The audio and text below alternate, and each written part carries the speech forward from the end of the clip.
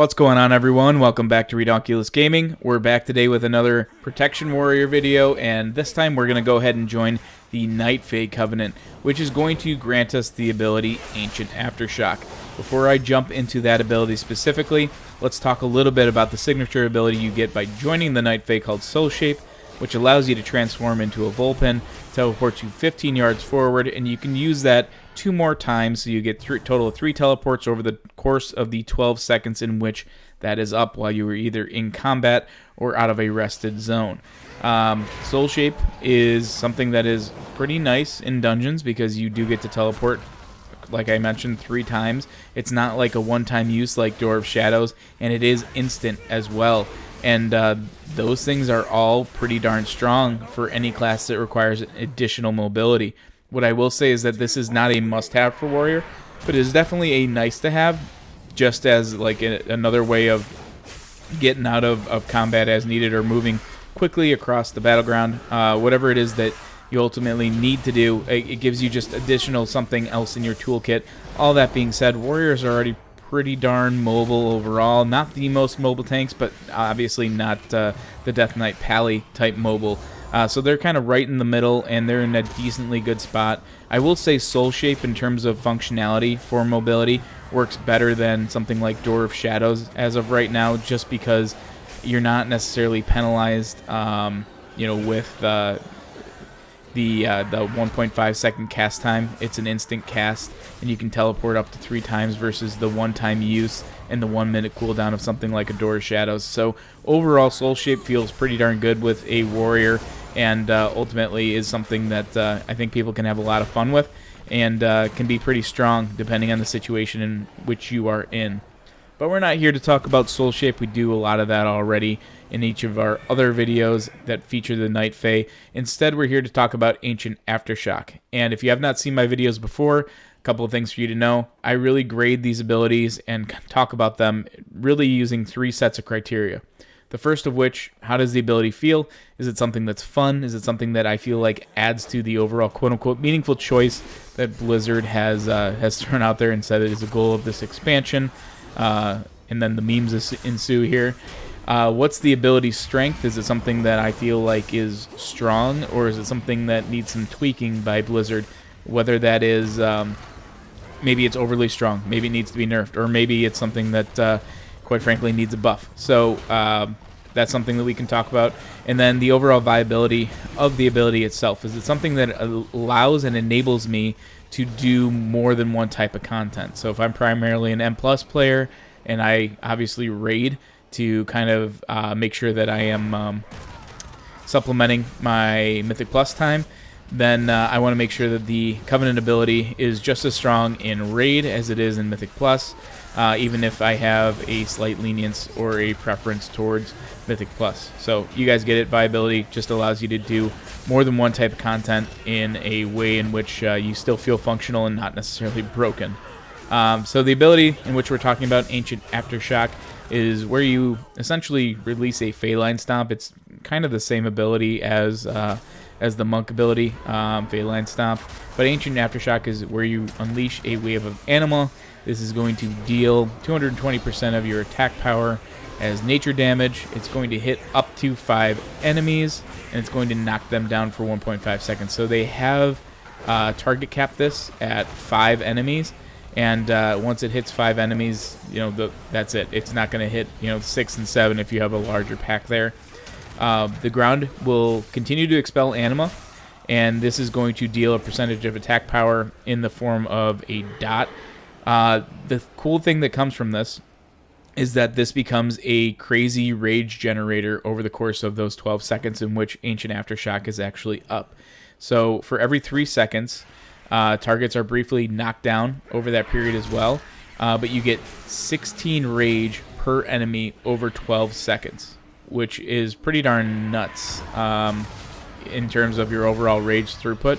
And then, quite frankly, Ancient Aftershock is hitting pretty darn hard right now. The only downside to it is that it is target capped right now at 5. So that would be kind of the only negative thing to say about it. It did receive a slight buff recently, which made it hit a little bit harder, which is always a welcome change for any of us that want to put out some additional damage, but the utility in which it kind of makes you a trash hero by knocking down your enemies once every 3 seconds. I mean, if you get your Ancient Aftershock and you land it right on top of casters, then you don't even need to worry about interrupts. So it actually brings quite a bit of utility to something like a Mythic Plus, or it turns you into a bit of a trash hero in raids.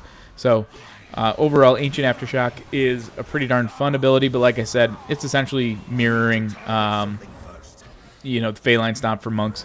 If you watch the monk video, it's very similar in terms of the way that in which it functions and the way that it, quite frankly, looks. It looks like the exact same ability, so I don't know that you would necessarily notice as of right now whether a warrior is casting it or a monk at this point in time. Now, as far as how the ability feels and whether or not it's fun, what I will say is that I do feel as though the cooldown is a bit long on it right now, and the reason in which I say that is because the utility it brings a warrior is not anything that is mitigation. It's actually straight out damage throughput and rage generation. Those are the two things that you're really gaining by casting this for your character. The group utility, in which it knocks down the mobs, especially casters, and prevents them from casting. That's certainly great group utility, but it's not anything that you're going to notice on a boss or a single target fight, because you're not going to see giant dragons falling over just because your Ancient Aftershock is supposed to knock them down. They're not going to get stunned and knocked over every 3 seconds. That's just not the way that the ability works right now. So it works on trash for the most part, and when you look at single target fights too, it loses its strength, because instead of hitting all of those 5 targets and generating 16 rage per target over 12 seconds, you're actually only getting 16 rage period over the course of 12 seconds if it's against a single target fight. So the overall ability in terms of how it feels to play and cast is that I will say that any Night Fae ability, and this is kind of a blanket statement, but Ancient Aftershock and really most Night Fae abilities are actually pretty cool aesthetically, and if you like the way that blue anima stuff looks, then I would say that you'll probably have fun playing this ability. But overall, you're going to have to ask yourself, what type of content that you're into. And so now we'll kind of transition into, this is a fun ability, although it is something that probably needs a little bit of a buff. I think that a 1.5 second cooldown is a little bit too punishing, especially when you're talking about a single target fight. They should really, since it's already target capped at 5, it's something that they should probably look at bringing down to a 1 minute cooldown, and then you can pretty much leave everything else the same. I think that would really help warriors with a little bit more of a meaningful choice in terms of choosing Night Fae over any other covenant, because it means that you're going to be able to have it up more often than not. Since it's on it's up for 12 seconds total. It's actually going to give you roughly 20% uptime on your Ancient Aftershock, and then you'll have it on cooldown about 80% of the time if it goes down to 1 minute. But as of right now, you're getting like 8% uptime. Like, it's not necessarily all that great right now, just because of how long the cooldown is. So they can smooth that out, and I think just making a minor tweak in terms of the overall cooldown is actually going to help this ability tremendously and make it feel less punishing against single target encounters. As far as the viability of Ancient Aftershock, I would say that it feels pretty darn strong in terms of Mythic Plus right now, but again, you're still dealing with a longer cooldown, so it's not even something that you necessarily feel like you need to save for a boss. It's something that just you hit when you have larger trash packs. It makes sure that you keep aggro on them. You don't really have to think about it too much. You just cast it, and you pretty much hold aggro on just about everything, because it does hit pretty much or pretty darn hard overall. The only thing you have to keep in mind is that it is capped at 5 targets, because that's the only thing that you really have to manage after that.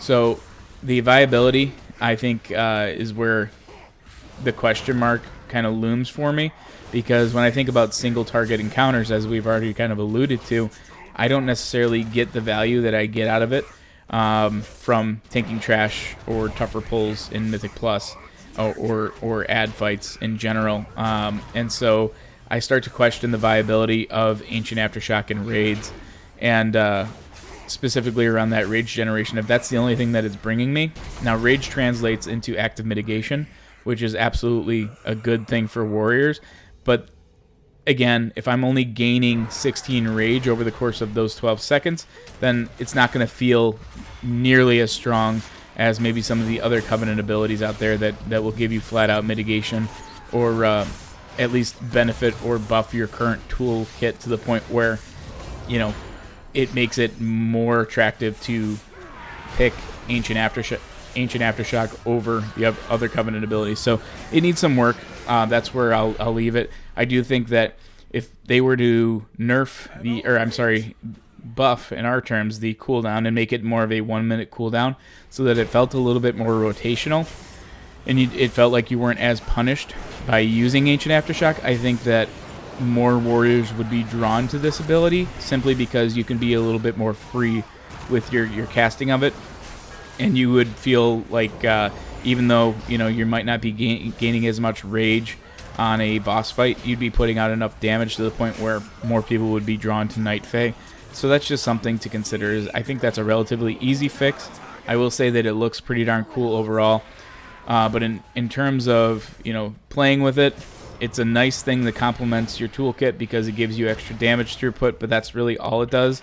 The extra rage is actually really nice to make sure you're getting your shield blocks up, to make sure that you're actively using your mitigation as you should be. It also gives you a little bit more wiggle room to use things like Execute, as well as some of the other spells that they added back into your toolkit. But overall, despite the fact that it is fun, the cooldown's too long, and the overall strength can be increased by reducing that cooldown. And then the viability question can also be addressed if you reduce that cooldown, simply because if all I'm doing is Torghast and Mythic Plus, this seems like a solid ability right now. But if I'm raiding, then I'm probably going to be drawn to something that is going to benefit me a little bit more when we start talking more single target encounters. So that is Ancient Aftershock in a nutshell. Let me know your thoughts below, and we'll see what changes Blizzard ends up making to this thing, because I don't think that it can go live the way that it is. I'm not sure how many warriors are going to be drawn to this unless they are specifically inclined to run Mythic Plus content and Torghast only.